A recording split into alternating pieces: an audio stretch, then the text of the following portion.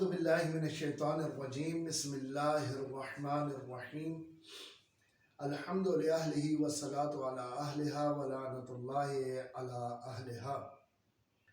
ناظرین محترم، پچھلی گفتگو میں آپ کے سامنے عرض کیا تھا کہ توحید کی اقسام کیا ہے اور ان اقسام کے حوالے سے آیات کی روشنی میں تھوڑی گفتگو کی تھی۔ آج میں چاہتا ہوں کہ اسی گفتگو کو تھوڑا آگے بڑھاتے ہوئے اقسام توحید میں سے جو پہلی قسم تھی توحید ذاتی یا توحید در ذات کے حوالے سے آپ کے سامنے گفتگو کی جائے، اور اس کے لیے میں نے قرآن مجید کی اہم ترین سورہ اخلاص کی پہلی 2 آیات یہاں پر ذکر کی ہیں کہ بسم اللہ الرحمن الرحیم قل هو اللہ احد اللہ الصمد لم یلد ولم یولد ولم یکن له کفوا احد۔ یہ قرآن مجید کی سورہ مشہور ترین سورہ، اور اس کے بارے میں خداوند متعال کا اور رسول گرامی اسلام صلی اللہ علیہ وسلم کا حکم موجود ہے کہ اس سورہ کو آدھا تلاوت نہ کیا جائے، جب بھی تلاوت کریں پوری سورہ تلاوت کی جائے۔ اسی وجہ سے میں نے پوری سورہ تلاوت کی ہے۔ یہاں اس سورہ کی یہ 2 آیات لکھنے کا مقصد کیا تھا؟ مقصد یہ تھا کہ یہ جو توحید ذاتی ہے یا توحید در ذات کے جس کے ہم قائل ہیں، وہ توحید ذاتی کیا ہے؟ توحید ذاتی 2 اہم ترین چیزوں کا مجموعہ ہے، اور وہ یہ کہ خداوند متعال واحد و یکتا ہے، کہ جسے ہم میں نے آپ کی خدمت میں ذکر کیا تھا کہ ہم خداوند متعال کے حوالے سے لفظ ایک استعمال نہیں کریں گے، بلکہ کوشش کریں گے کہ جب بھی کہیں قل هو اللہ احد کہ کہہ دیجئے اللہ احد ہے، تو احد کے لیے ہم لفظ ایک نہیں کہیں گے، کہہ دیجئے کہ اللہ یکتا ہے۔ بس توحید ذاتی کا ایک اہم ترین رکن کیا ہو جائے گا؟ خداوند متعال کا یکتا ہونا۔ اور دوسرا اہم ترین رکن کیا ہو جائے گا؟ وہ یہ کہ خداوند متعال اجزاء کا مجموعہ نہیں ہے، خداوند متعال مرکب نہیں ہے۔ یہ 2 اہم ترین مجموعے توحید ذاتی کے اعتبار سے۔ جب ہم توحید ذاتی کے اعتبار سے پہلی گفتگو کرتے ہیں کہ خداوند متعال یکتا ہے، اور قرآن مجید میں خداوند متعال نے ارشاد فرمایا قل هو اللہ احد، کہہ دیجئے کہ اللہ احد ہے، تو اس کو ہم توحید ذاتی کے اعتبار سے کیسے لیں گے؟ احد کا مطلب یہ ہے کہ ایک ایسی ذات جو کسی دوسری چیز کا مجموعہ نہ ہو، ایسی ذات کے لیے لفظ احد استعمال کیا جاتا ہے۔ چونکہ خداوند متعال مجموعہ نہیں ہے اجزاء کا، اور خداوند متعال مرکب نہیں ہے، اس وجہ سے ہم کہیں گے کہ قل هو اللہ احد، کہہ دیجئے کہ اللہ یکتا ہے، چونکہ خداوند متعال کی ذات مرکب نہیں ہے۔ ہم انسان، آپ دیکھتے ہیں کہ ہم جو انسان ہیں، ہم انسان مختلف اعضاء و جوارح کا مجموعہ ہیں۔ آنکھیں رکھتے ہیں، کان رکھتے ہیں، ناک ہے، ہاتھ ہیں، پیر ہیں، سر ہے، یہ تمام چیزیں ہمارے اندر موجود ہیں، لیکن ہم ان سب کا مجموعہ ہیں۔ جب ہم ان سب کا مجموعہ ہیں تو ہمارے لیے لفظ ایک استعمال کیا جا سکتا ہے، چونکہ ہم مختلف چیزوں سے مرکب ہوئے ہیں، اور جو بھی ذات، جو بھی شخص مرکب ہوتا ہے، اس کے لیے لفظ ہم مجموعہ یا اجزاء کا مجموعہ کہہ سکتے ہیں، یا ہم اس کے لیے لفظ ایک اور واحد استعمال کر سکتے ہیں۔ چونکہ خداوند متعال کی ذات کسی دوسرے جز کا مجموعہ نہیں ہے، اس وجہ سے اس ذات کو ہم احد کہیں گے، واحد نہیں کہیں گے۔ جبکہ قرآن مجید میں آپ نے بھی پڑھا ہوگا الہکم الہ واحد، کہ خداوند متعال نے اپنے لیے لفظ واحد استعمال کیا، اور بعض جگہوں کے اوپر خداوند متعال نے اپنے لیے لفظ احد استعمال کیا۔ تو اگر خداوند متعال اجزاء کا مجموعہ نہیں ہے تو ایسی صورت میں واحد لفظ استعمال نہیں کرنا چاہیے تھا۔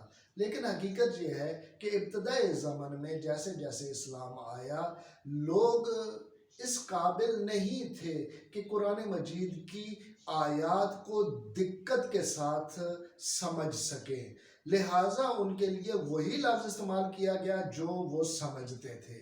واحد لفظ چونکہ وہ سمجھتے تھے، لہٰذا لفظ واحد استعمال کیا گیا، اور پھر رفتہ رفتہ جیسے جیسے ان کی علمیت میں اضافہ ہوتا چلا گیا، خداوند متعال نے اس واحد سے جو بہتر لفظ احد تھا وہ لوگوں کو بتایا اور اس سے لوگوں کو آشنا کروایا۔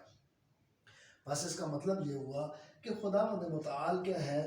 احد ہے، واحد نہیں ہے۔ اور ہم چونکہ آج کے زمانے میں موجود ہیں اور علمیت آج کمال کے اوپر موجود ہے، اس وجہ سے ہم کبھی بھی لفظ واحد ذات باری تعالیٰ کے لیے استعمال نہیں کریں گے، احد استعمال کریں گے۔ اور دوسری چیز یہ کہ خداوند متعال کی جتنی بھی صفات ہیں ان کے حوالے سے ہم ان کے عین ذات کے قائل ہیں۔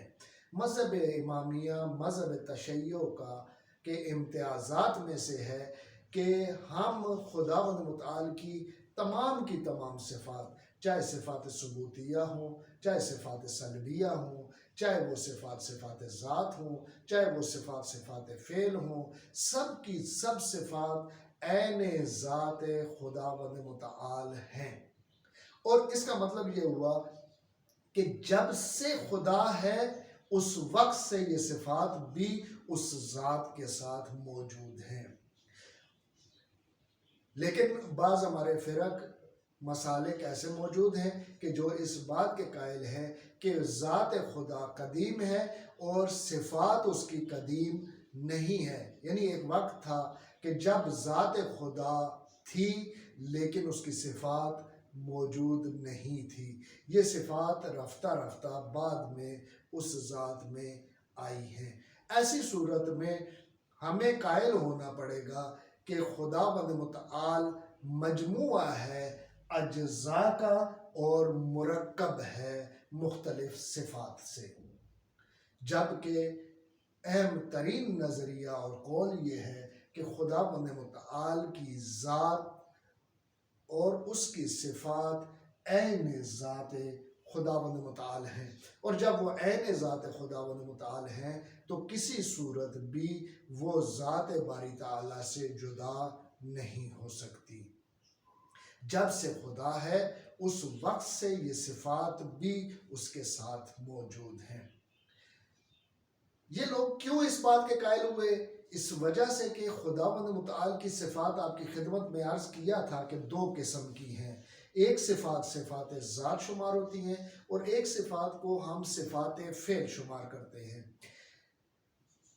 صفات ذات ان کے نزدیک ذات خدا میں موجود ہے، لیکن جو صفات فعل ہیں وہ چونکہ اس وقت ہم نے سمجھی ہیں جب خدا نے کوئی فعل انجام دیا۔ جیسے خداوند متعال خالق ہے، جب پہلا خلق کرے گا تو ہم سمجھیں گے کہ وہ خالق ہے، جب پہلے شخص کو، پہلے فرد کو رزق دے گا تو تب ہم سمجھیں گے کہ خداوند متعال رازق ہے۔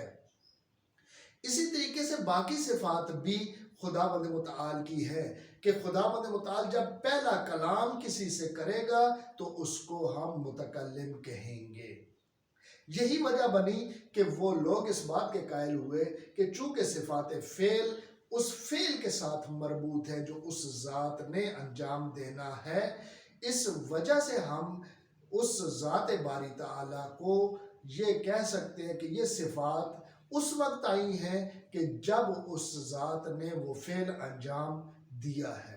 لیکن مذہب امامیہ اس بات کا قائل ہے کہ نہیں، صفات درست ہے کہ جب اس نے وہ فعل انجام دیا ہے پہلا فعل انجام دیا ہے تو اس وقت ہمیں پتہ چلا ہے کہ یہ ذات خداوند متعال کی ذات خالق ہے، خداوند متعال کی ذات رازق ہے، خداوند متعال کی ذات متکلم ہے۔ لیکن فعل اگرچہ اس نے بعد میں انجام دیا، لیکن ہو سکتا ہے کہ یہ صفت اس ذات میں پہلے سے موجود ہو اور بالفعل بعد میں انجام دی ہو۔